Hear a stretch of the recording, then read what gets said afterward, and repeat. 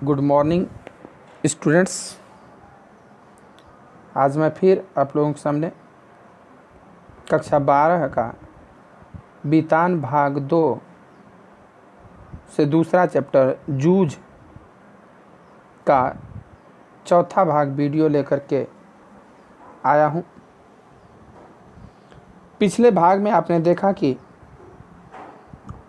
किस प्रकार से जद्दोजहद के बाद, जूझने के बाद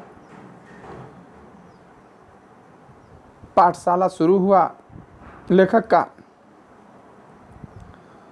लेकिन पाठशाला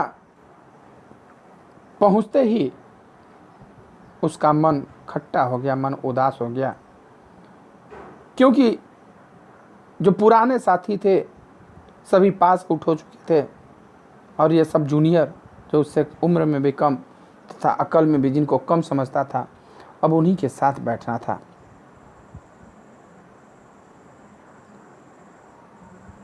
जा करके एक कोने में आखिरी बेंच पर अजनबियों की तरह बैठ गया और उसके सामने चौहान नामक शरारती लड़का आया और शरारत करने के अंदाज में, उसका व्यंग करने के अंदाज में पूछा, क्यों रे, नया मेहमान है या गलती से इस कक्षा में चला आया है? और कहते हुए ये धोती और गमछा पहना हुआ था, इसका गमछा खींच लिया। तो ये तो अब सोचने लगा कि मेरा गमछा तो फट गया, क्योंकि खींचतान होगा, इससे वो दूसरा खींचेगा, दूसरे तीसरा, तीसरा चौथा।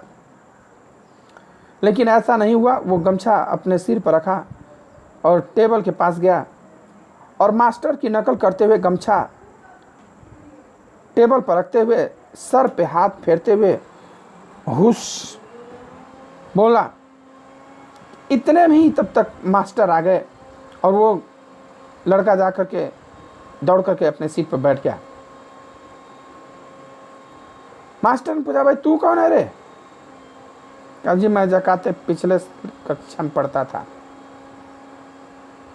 कहा, ये गमछा यहाँ पे किसका है? कहा, जी मेरा। यहाँ क्या कर रहा है? जी उसने, उस लड़के ने रख दिया है। मास्टर गया उस लड़के के पास, चौहान तुम्हारा यही काम रहता है? फिर उसके बाद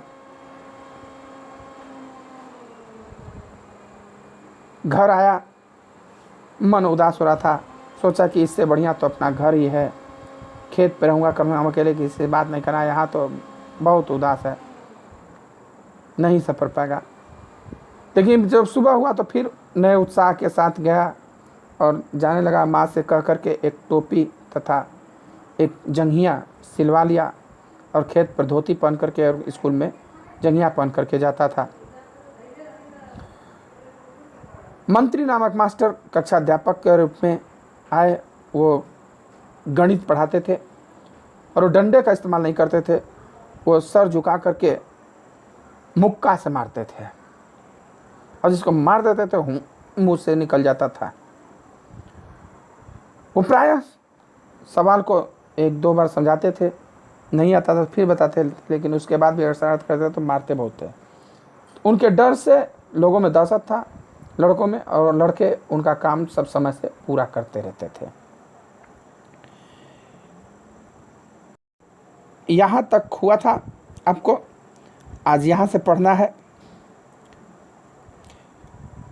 बसंत पाटिल नाम का एक लड़का, शरीर से दुबला पतला किंतु बड़ा होशियार था। उस कक्षा में एक बसंत पाटिल नाम का लड़का था, जो कि शरीर से तो दुबला पतला था लेकिन पढ़ने में बड़ा तेज था। उसके सवाल हमेशा सही निकलते थे, स्वभाव से शांत था। वो क्लास में उद्दंडता नहीं करना, उसके सवाल हमेशा सही होते थे। हमेशा पढ़ने में लगा रहता, घर से पूरी तैयारी करके आता होगा। दूसरों के सवालों की जांच करता था। मास्टर ने उसे कक्षा का मॉनिटर बना दिया था। भाई अक्सर ऐसा ही होता है, जो तेज बच्चे होते हैं उन्हीं को मॉनिटर बनाया जाता है। तो ये सोचता है कि वो घर से पूरा तैयारी करके आता होगा, उसके सवाल सही होते थे तो फिर वो सबके सवाल चेक करता था, जांचता था। हमेशा पहली बेंच पर बैठता, बिल्कुल मास्टर के पास। कक्षा में उसका सम्मान था, एकदम फर्स्ट बेंच पर बैठता था। सभी उसका सम्मान करते थे, तेज बच्चों का सभी सम्मान करते भी हैं। मुझे यह लड़का मेरी अपेक्षा छोटा लगता था। मैं उससे पहले ही 5वीं में पहुंच गया था। गलती से पिछड़ गया हूं मैं, इसलिए मास्टर को कक्षा की मॉनिटरी मेरे हाथ में सौंपनी चाहिए, मुझे ऐसा लगने लगा। अब ये सोचा कि ये इतना दुबला पतला, इसको, अरे इससे तो हटा तगड़ा मैं हूँ, मैं सीनियर हूँ भाई, भले ही 1 साल फेल हो गया तो क्या हुआ, लेकिन मॉनिटरी मुझे मिलनी चाहिए, ऐसा सोचने लगा। दूसरी ओर यह भी लगता था कि मुझे 2 महीने में 5वीं की पूरी तैयारी करके अच्छी तरह पास होना है। दूसरी तरफ यह भी था कि भाई 2 ही महीने का समय है, अच्छे तरीके से पढ़ करके 5वीं पास भी होना है। अगर मॉनिटरी करने लगे कक्षा में दंगा और पढ़ाई की उपेक्षा करने मेरे लिए मुनासिब नहीं है।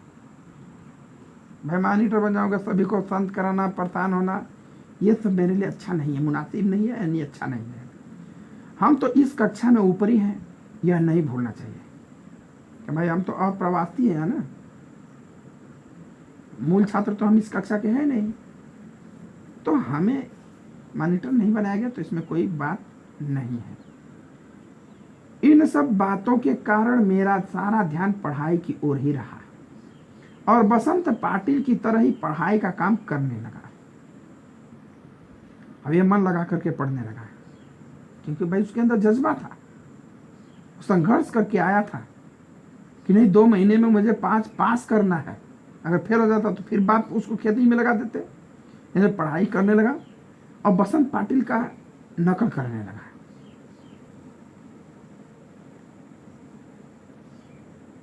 मैंने अपनी किताबों पर अखबारी कागज के कवर चढ़ा दिए, यानी कवर चढ़ा दिया अखबार का ही। अपना बस्ता व्यवस्थित रखने लगा। देखिए तब से बढ़िया तभी जब आप अपने कॉपी को, किताब को, बस्ते को, यूनिफॉर्म को सम्मान देंगे तो वो आपको सम्मान देगा और आपके साथ रहेगा। रद्दी की तरह कॉपी किताब रखना, बैग रखना, यूनिफॉर्म रखना, वो निश्चित पढ़ने में गधा होगा लड़का, ये जान जाइए। जिस बच्चे की कॉपी किताब वेल मेंटेन होती है, कवर होती है, सुंदर होता है, यूनिफॉर्म सुंदर, वो बच्चा पढ़ने में निश्चित रूप से तेज होता है। इसलिए इन सब बातों का भी ध्यान रखना चाहिए। तो ये अब किताबों पर अखबार कागज चढ़ा करके अपना बस्ता व्यवस्थित रखने लगा। हमेशा कुछ न कुछ पढ़ने बैठता था। उसने यदि कक्षा में कोई शाबाशी का काम किया तो मैं भी दूसरे दिन वैसा ही कुछ करने लगा। अब देखिए इसका कंपटीशन बसंत पाटिल से। हमेशा जब भी कंपटीशन करिए, तुलनात्मक करिए तो अच्छे से करिए, बुरे से कभी तुलना नहीं करना चाहिए कि वो तो बुरा है तो उससे तो मैं अच्छा ही हूं, नहीं, अच्छे से करिए, भाई वो मुझसे अच्छा है, मैं उससे भी अच्छा बन करके दिखाऊंगा, तो आप में विकास होगा। अगर आप बुरे से तुलना करने लगे कि वो तो उतना बुरा है उससे तो मैं अच्छा ही हूं, तो निश्चित रूप से आप बिगड़ते ही जाएंगे, बिगड़ते ही जाएंगे। हमेशा तुलनात्मक जो करना चाहिए वो अच्छे से करना चाहिए। तो कभी कभी वो जब सवाल लगा के लाता उसको शाबाशी मिलती, तो वैसा ही ये खुद दूसरे दिन करके आने की सोचता। मन की एकाग्रता के कारण गणित झटपट समझ में आने लगा और सवाल सही होने लगे। इसका मन एकाग्र था। मैथ के लिए या किसी भी सब्जेक्ट के लिए आपका मन एकाग्रचित होना चाहिए। मन एकाग्र था, इसलिए इसको गणित के सवाल जल्दी ही समझ में आने लगे और ये सब सही करने लगा। कभी कभी बसंत पाटिल के साथ साथ एक तरफ से वह तो दूसरी तरफ से मैं लड़कों के सवाल जांचने लगा।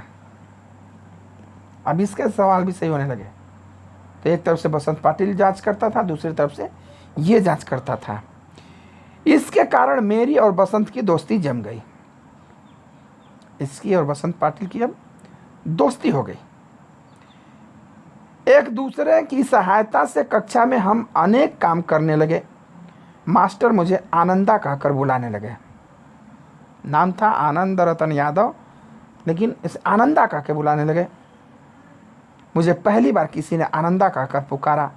माँ कभी कभी आनंदा कहती है, परंतु बहुत कम। बड़े प्रेम का नाम था। जब आनंदा कहने लगे तो इसे बहुत अच्छा लगा। कहते माँ कभी कभी आनंदा कहती थी, लेकिन बहुत कम कहती थी। मास्टरों के इस अपनेपन के व्यवहार के कारण और बसंत की दोस्ती के कारण पाठशाला में मेरा मन विश्वास बढ़ने लगा। भाई, अध्यापक का आपके प्रति अपनापन सबसे ज़रूरी है, और क्लास में विश्वास, स्कूल में विश्वास जब आपको होगा तभी आप बात समझ में आएगा, अन्यथा समझ में आएगा नहीं।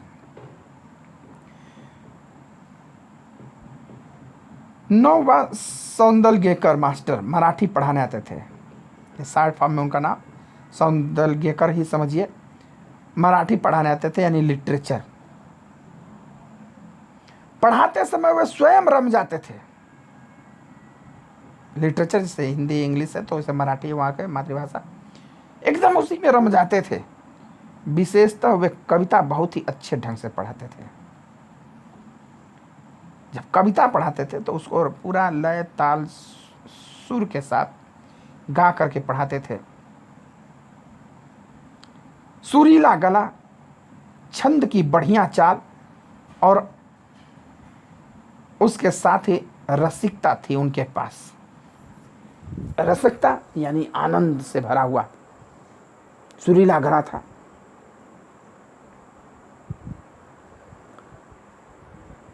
पुरानी नई मराठी कविताओं के साथ साथ उन्हें अनेक अंग्रेजी कविताएं कंठस्थ थीं। ये नहीं कि सिर्फ मराठी, अनेक अंग्रेजी की कविताएं भी उन्हें कंठस्थ थी। अनेक छंदों की लय, गति, ताल उन्हें अच्छी तरह आते थे। यानी दोहा कैसे गाना है, चौपाई कैसे गाना है, सोठा कैसे गाना है, ये सब उन्हें आता था। पहले वे एकाध कविता गाकर सुनाते थे, फिर बैठे बैठे अभिनय के साथ कविता का भाव ग्रहण कराते थे। सबसे पहले तो वो कविता गा करके सुनाते थे, फिर खड़े होकर के, फिर बैठ करके उसको अभिनय के साथ उसका भाव स्पष्ट कराते थे। उसका भाव स्पष्ट कराते थे। उसी भाव की किसी अन्य कवि की कविता भी सुनाकर दिखाते थे। यानी प्रकृति के ऊपर है कविता, तो प्रकृति के ऊपर किसी अन्य कवि का कविता, बच्चों के ऊपर है कविता, तो बच्चों के ऊपर लिखी हुई किसी अन्य कवि की कविता सुनाते थे।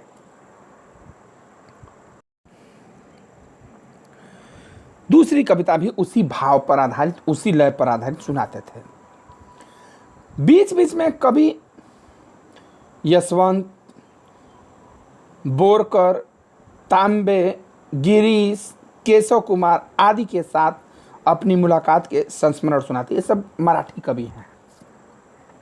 जैसे हिंदी में दिनकर, जयशंकर प्रसाद, निराला जी, सुमित्रा पंत जी, महादेवी वर्मा जी इत्यादि की बातें हम आपको बताएं, तो उसी प्रकार से वहाँ पर वो बोरकर, भारा, तांबे, यशवंत जी, गिरीश जी, केशव कुमार आदि कवियों से अपनी मुलाकात बताते कि मैं उनसे मिला हूं। वे स्वयं भी कविता करते थे। याद आ गई तो वे अपनी भी एक आध सुना देते थे। वे खुद कविता करते थे, और याद अगर आ गई तो वो अपनी भी कविता का सुना देते। कवि थे। यह सब सुनते हुए, अनुभव करते हुए मुझे अपना भान ही नहीं रहता था। ये उस कविता में इतना लीन हो जाते थे कि अब अपना स्मरण नहीं रहता कि मैं कहाँ हूँ। कोई एकदम होशो हवास खो बैठते थे, एकदम उसमें लीन हो जाते थे। मैं अपनी आंखों और कानों में प्राणों की सारी शक्ति लगाकर, दम रोक कर मास्टर के हाव भाव, ध्वनि, गति, चाल और रस पीता रहता था। तो एकदम एकाग्रचित होकर के मानो कि अपनी सांसें रोक करके एकदम आंखें पलक भी ना झपका रहा हो। उस लिटरेचर के मास्टर के हाव भाव, यति गति, रस इत्यादि के भावों को पूरा गंभीरता से सुनता था, देखता था। और सुबह शाम खेत पर पानी लगाते हुए या ढोर चराते हुए अकेले में खुले गले से वे सारी कविताएं मास्टर के ही हाव भाव, यति गति और आरोह अवरोह के अनुसार ही गाता था। स्कूल में जो कविता सुनाते थे, जब सुबह या शाम को आता था स्कूल से, तो ढोर चराने, पशुओं को चराने जब जाता था तो अकेले होता था। तो जिस यति गति, गति मीन्स चलना, यति मीन्स रुकना, आरोह अवरोह चढ़ाव उतराव के साथ जहाँ कहाँ रुकना है, कहाँ चलना है, कहाँ थोड़ा सा नीचे जाना है, कहाँ से ऊपर जाना है, उसी आरोह अवरोह यति गति के साथ ये कविता गाने का प्रयास करता था। उन कविताओं के अर्थों से खेलता हुआ मैं आगे पीछे आता जाता था। उनके अर्थों को भी समझता था, अपने आप ही कहता था। मास्टर जिस प्रकार बैठे बैठे ही अभिनय करते थे, मैं पानी लगाते लगाते वैसा ही अभिनय करता था। जिस प्रकार से वो अभिनय करके, यानी कि एक्टिंग करके अर्थ बताते थे, ये भी बैठे बैठे पानी लगा रहा है या पशुओं को चरा रहा है तो एक्टिंग करने लगता है वैसे बैठ के।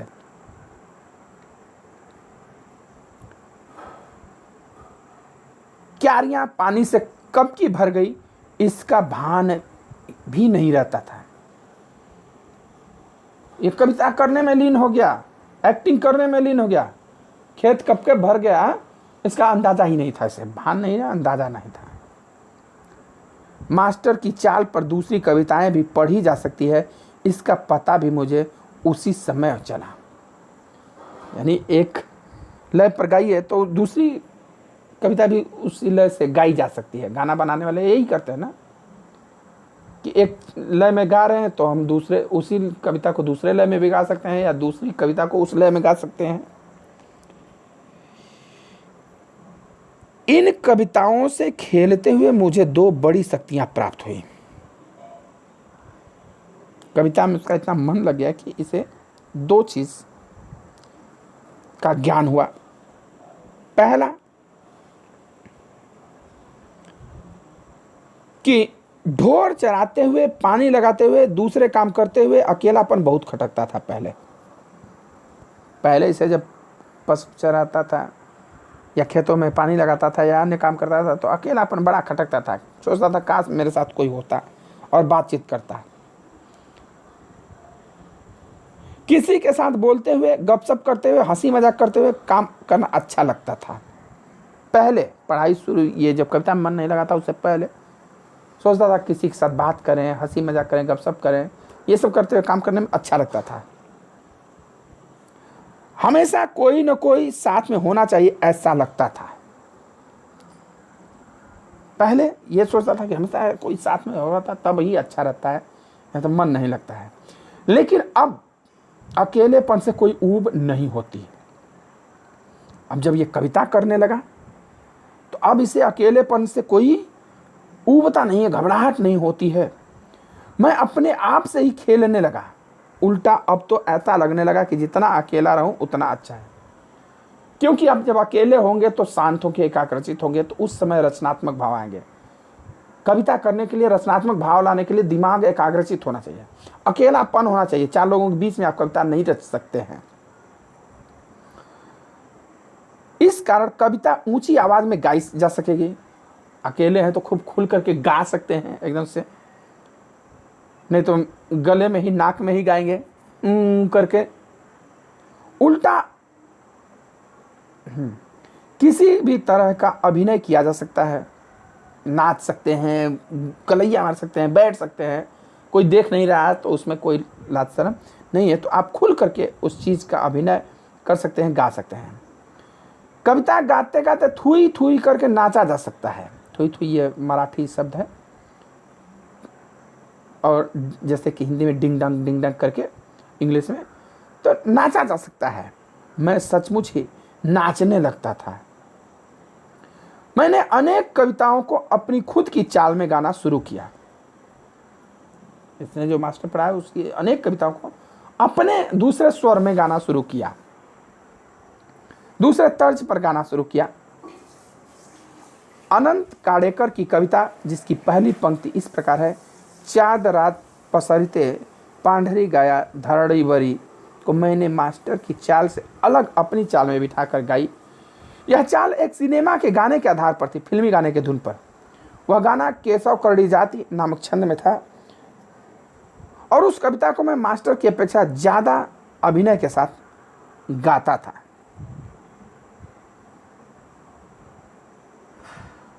जो कविता मास्टर ने सुना था उससे अलग किसी दूसरे फिल्मी धुन पर गाया और वो मास्टर से भी अच्छा लगने लगा, उसको मास्टर से भी अच्छा लगने लगा। तो चेहरे पर उसके खुशी का भाव उत्पन्न हुआ। खैर, अब आज के वीडियो में इतना ही। आगे का व्याख्या मैं अगले भाग में जल्दी ही लेकर के उपस्थित होऊंगा। अगर वीडियो में कोई समस्या, कोई परेशानी हो, कहीं बात समझ में आए तो आप व्हाट्सएप या फ़ोन करके या कॉल करके कमेंट करके आप हमसे पूछ सकते हैं। हम जैसे ही मैसेज मिलेगा मैं उसको बताने का जल्द कोशिश करूँगा। और वीडियो अच्छा लगे तो लाइक शेयर और कमेंट जरूर करिए। धन्यवाद।